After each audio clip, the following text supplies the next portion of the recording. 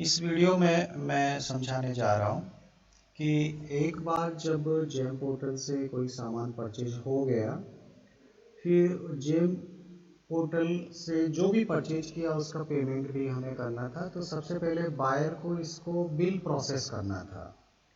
अब बायर जब एक बार बिल प्रोसेस करता है तो अप्रूव होने के लिए जाता है POA के पास। वो कोई भी आपके ऑफिस में UDC या OS जो भी हैं वो POA के रूप में काम करते हैं। तो बिल वो ही अप्रूव करते हैं। अप्रूव हम कैसे करते हैं मैं बता चुका हूँ। अभी पेमेंट हो गया है तो पेमेंट का इंफॉर्मेशन कैसे फिल करते हैं वो आप थोड़ा जानिए। इसके लिए मुझे लॉगिन करना होगा PAO के अकाउंट से। तो मैं यहाँ पर लॉगिन करके आपको फिल करना बताता हूँ कि कैसे हम बिल प्रोसेस करने के बाद रिमेनिंग इंफॉर्मेशन पूरा करेंगे।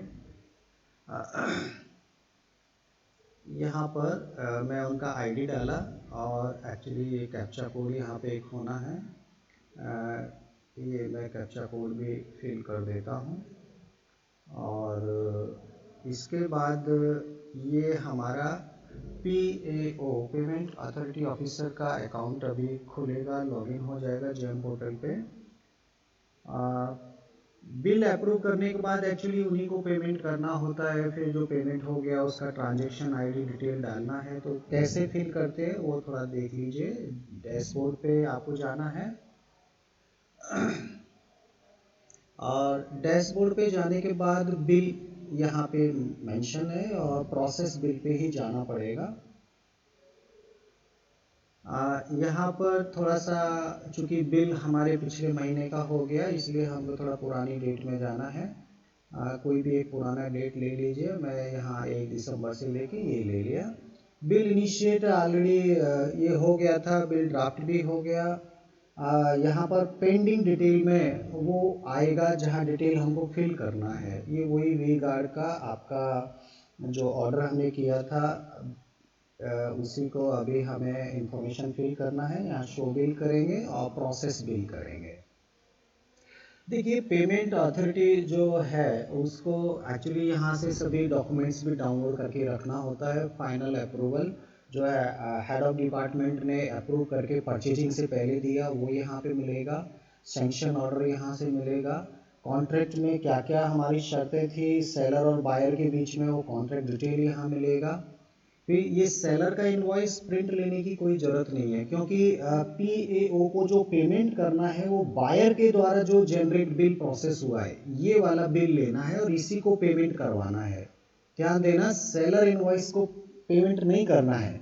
बायर बिल प्रोसेस जो करता है क्योंकि अगर लेट हुआ तो डिडक्शन हुआ होगा या कुछ हुआ होगा तो बायर बिल प्रोसेस को ही पेमेंट करना है। ये कंसाइनी का रिपोर्ट था जिसमें उसने कंफर्म किया कि उसको सामान मिल गया है, क्वांटिटी वगैरह क्वालिटी वगैरह के बारे में उसने मेंशन किया। ये सभी जो डॉक्यूमेंट्स है वो कलेक्ट करके रखना है रिकॉर्ड के लिए, वाउचर के साथ इसको लगाना है। अब हम आते हैं कि ये पूरा डिटेल आपको दिख रहा है। बिल पेमेंट 19,650 का हुआ होगा। यहाँ पर सब कुछ हो चुका है और यहाँ पर PAO ऑलरेडी यहाँ पर PFMS भी कंप्लीट कर चुका है। अब जो PFMS उसने किया एक्चुअली यहाँ पर जो सबमिट ऑफलाइन मेथड कौन सा यूज किया तो जनरली हमारे यहाँ सब PFMS ही करते हैं। तो यहाँ पे अदर ऑप्शन आता है, PFMS नहीं आता है। अदर में हम लोग जाएंगे, अदर जैसे ही यहाँ करेंगे इसके बाद ये आएगा आपका बाउचर नंबर। जब आपने PFMS कर रहे थे तो एक बाउचर नंबर क्रिएट हुआ होगा। मेरा यहाँ बाउचर नंबर 300 आया हुआ है। टोकन नंबर की मुझे अभी कोई ज़रूरत नहीं है। और जो PFMS का आईडी एक ट्रांजैक्शन आईडी क्रिएट होता है वही आईडी आप इसमें डाल दीजिए। फिलहाल मुझे जो इसका मिला है वो मैं डाल रहा हूँ 1160911265। ये ट्रांजैक्शन नंबर था, ट्रांजैक्शन डेट था 16 जनवरी। तो मैं इसमें 16 जनवरी डाल देता हूँ, 16 जनवरी। और 19,650 का पेमेंट हुआ है सेलर के नाम से। ट्रांजैक्शन पूरा हो चुका है और पेमेंट रिमार्क में लिख सकते हैं हम लोग हमारा क्या प्रोडक्ट था। हमारा प्रोडक्ट एक बार ऊपर से खुद पूरा देख लेते हैं। हमने ये प्रोडक्ट लिया था ये प्रोडक्ट हमने लिया था, इसको हम लेते हैं आइटम डिस्क्रिप्शन और ये ही यहाँ पर पेस्ट कर देते ताकि सेलर को मालूम चले कि ये कहाँ से पेमेंट आया है। इसमें हम करते हैं और थोड़ा सा इसको पहचान जाए, कुछ नहीं करना है, यहाँ सीधा सबमिट करना है और हमारा तरफ से जेम पोर्टल परचेजिंग का जो कुछ भी प्रोसेस था वो पूरा हो चुका है।